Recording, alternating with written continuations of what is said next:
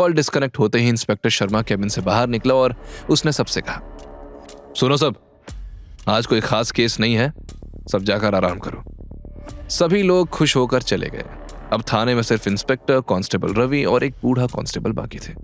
इधर वेद को बेहोशी सी फील होने लगी। ये क्या हो रहा है मुझे?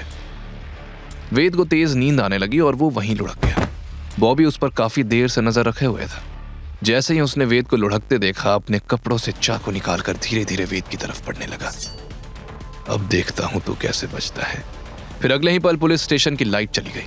सेल में सन्नाटा छा गया। बाहर इंस्पेक्टर और दोनों कांस्टेबल इंतजार कर रहे थे, लेकिन काफी देर तक जब कोई आवाज नहीं आई तो इंस्पेक्टर ने बूढ़े कांस्टेबल से कहा, जाओ स्विच ऑन करो, अब तक तो काम हो गया होगा। ये कहकर वो वेद के सेल की तरफ बढ़ा, लेकिन अंधेरा होने की वजह से उसे कुछ नजर नहीं आया। तभी अचानक लाइट आई और उन्होंने जैसे ही सामने का नजारा देखा, सबके होश उड़ गए। सेल में बॉबी पड़ा हुआ था, बुरी हालत में। वेद गायब था। इंस्पेक्टर घबरा कर बड़बड़ाया, ये क्या हुआ? वेद कहाँ है? उसे तो ऑर्डर मिला था कि जब बॉबी वेद को मार दे तो बॉबी को जेल से भगा दिया जाए, लेकिन यहां तो उल्टा ही हो गया था। वेद तो बॉबी को घायल करके फरार हो गया था। रवि भी हक्का बक्का रह गया था, क्योंकि ये तो वेद का प्लान नहीं था। तभी बूढ़ा कांस्टेबल भागते हुए आया, साहब, कमिश्नर साहब आए हैं। कमिश्नर का नाम सुनते ही इंस्पेक्टर घबरा गया। क्या कमिश्नर साहब अभी? उसने दोनों कांस्टेबल को सख्ती से बोला, सुनो, यहां जो कुछ हुआ है वो बाहर नहीं जाना चाहिए, समझे? जी साहब, लेकिन वेद कहां गया? इंस्पेक्टर ने फ्रस्ट्रेट होकर कहा, पहले कमिश्नर साहब को संभालते हैं, बाकी बाद में देखेंगे।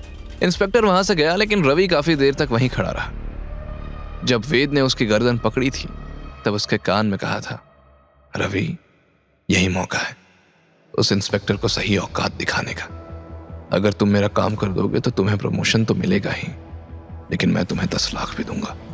कांस्टेबल रवि ने इनकार किया था, लेकिन वेद उसे फुसलाने लगा, तुम बस कमिश्नर तक ये बात पहुंचा दो कि तुम्हें इंस्पेक्टर पर शक है और मुझ पर डाउट है कि मैं भागने वाला हूं। कमिश्नर के यहां आने से पहले तुम मुझे पकड़ लेना और प्रमोशन ले लेना, और नहीं तो पूरा इल्जाम इंस्पेक्टर पर डाल देना।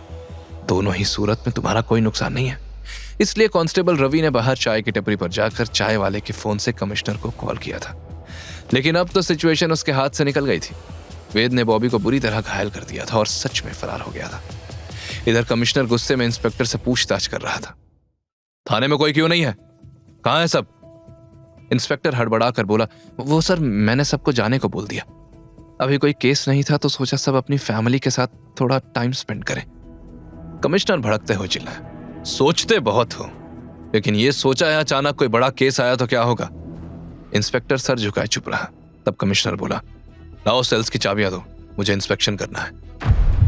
इंस्पेक्टर घबरा गया, सर इंस्पेक्शन, लेकिन क्यों? कमिश्नर ने जवाब में कहा, मुझे टिप मिली थी, अब जल्दी चाबी दो, ये तुम कुछ छुपा रहे हो। इंस्पेक्टर ने नाम से हिलाया और घबराते हुए कमिश्नर के हाथ में चाबी दे दी, लेकिन उसका माथा पसीने से भीग गया था। कमिश्नर एक एक करके सभी सेल्स चेक करने लगा और जैसे ही उसकी नजर बॉबी पर पड़ी, उसकी आंखें हैरानी से फटी रह गई। तभी इंस्पेक्टर ने एक्टिंग करते हुए चिल्लाया, सर, इसके सेल में दूसरा लड़का था, वो कहां गया? वो फरार हो गया, अलर्ट जारी करो जल्दी। लेकिन तभी वहां अंधेरे में से वेद बाहर आया तो सबके होश उड़ गए। वेद भागा नहीं था, बल्कि वहीं छिपा बैठा था। कमिश्नर वेद को देखते ही पहचान गया, वेद तुम यहां, ये तुमने किया? इंस्पेक्टर शर्मा और कांस्टेबल को समझ आ गया था कि कमिश्नर वेद को अच्छे से जानता है, तो उनकी तो जुबान बंद हो गई थी। वेद ने कमिश्नर को पूरा किस्सा सुनाया और सब सुनने के बाद कमिश्नर ने इंस्पेक्टर को घूरते हुए देखा, जो पहले ही घबरा कर कांप रहा था। कमिश्नर ने फिर वेद से कहा, क्योंकि तुम्हारे खिलाफ कोई पुख्ता सबूत नहीं है और तुमने मेरी पहले हेल्प भी की है, इसलिए उसी भरोसे से मैं तुम्हें 2 दिन दे रहा हूं। 2 दिन में तुम्हें असली मुजरिम को सामने लाना होगा और अपने आप को बेगुनाह साबित करना होगा। बोलो, कर पाओगे? वेद ने तुरंत हाँ में सर हिलाया। हाँ सर, 2 दिन भी काफी है, लेकिन अभी मुझे जल्द से जल्द दादी के पास जाना होगा। कमिश्नर ने उसे रिहा कर दिया और वेद तेजी से विला की तरफ निकल पड़ा। क्या वेद 2 दिन में खुद को बेगुनाह साबित कर पाएगा? कमिश्नर से 2 दिन का अल्टीमेटम मिलने के बाद वेद रायजादा विला के सामने पहुंचा। उसकी सांस फूली हुई थी और दादी के साथ कुछ अनहोनी होने के ख्याल से उसका दिल घबरा रहा था। जैसे ही वेद तेज कदमों से रायजादा विला के अंदर आया, उसे हॉल से आती हुई आवाजें सुनाई दी। उस वक्त हॉल में पूरा परिवार जमा था। तभी वेद के कदमों की आवाज सुनकर सबकी नजरें दरवाजे पर गईं। वेद को देखते ही सबके चेहरे हैरानी से भर गए। कियारा शॉक होकर बोली, वेद, तुम यहां कैसे? तुम तो जेल में थे। यशवंत की आंखों में पैनिक के साथ साथ गुस्सा भी साफ दिख रहा था। उसका पूरा प्लान फेल हो गया था। इंस्पेक्टर को दी गई रिश्वत बेकार चली गई थी। उसने वेद को सही सलामत देखकर गुस्से में कहा, तुम यहां आए कैसे? इंस्पेक्टर ने तो अश्योर किया था ना कि... वेद ने यशवंत की बात पर ध्यान दिया। उसकी आंखों में एक अजीब सी चमक आई। वेद धीमे से पूछा, इंस्पेक्टर ने अश्योर किया था? किसे? तुम्हें? अच्छी खासी रकम दी थी ना मुझे जेल में मरवाने के लिए। यशवंत को रियलाइज हुआ कि उसके मुंह से गलत बात निकल गई है। वो हड़बड़ा कर बोला, मैं क्यों पैसे दूंगा? तुमने मां को मारने की कोशिश की और ये साबित हो गया तो तुम्हें जेल में ही होना चाहिए। तब वेद ने धीमी लेकिन कॉन्फिडेंट आवाज में कहा, सब जानता हूं मैं। इंस्पेक्टर शर्मा तो गया और तू भी जल्द ही जाएगा। ज्यादा दिनों तक वो छुप नहीं सकता जिसके इशारों पर तू नाच रहा है। और मैं जेल तोड़कर नहीं भागा, कमिश्नर ने मुझे खुद जाने दिया है। तब राघव उठ खड़ा हुआ और चिल्लाया, कमिश्नर ने जाने दिया? क्यों तू उनका साला लगता है जो तुझे छोड़ देंगे?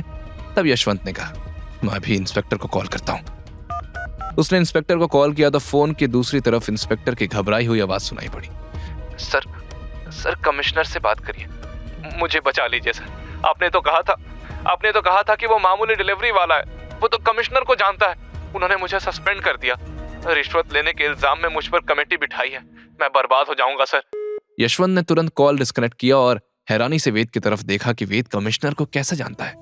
लेकिन फिर उसने गुस्से में कहा, अगर पुलिस तुझे सजा नहीं देगी तो मैं दूंगा। तूने मेरी मां को मारने की कोशिश की ना?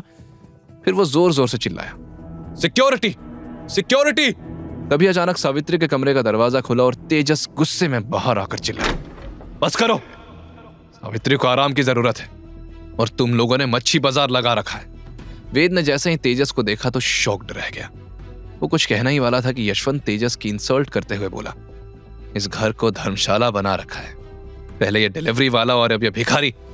पता नहीं माँ कैसी सठिया गई है कि ऐसे लोगों के साथ रिश्ता रखती है जिन पर हम थूके भी ना। यशवंत की वाइफ वाणी ने भी तीखी आवाज में कहा, अरे माँ की उम्र हो गई है, वो अच्छा बुरा नहीं समझती, लेकिन हम तो समझते हैं ना। निकलवाइए इन दोनों भिखारियों को घर से बाहर। वाणी की बात पर सबने हामी भरी और यशवंत ने गार्ड्स की तरफ देखा, लेकिन वो सब तेजस से डरे हुए थे।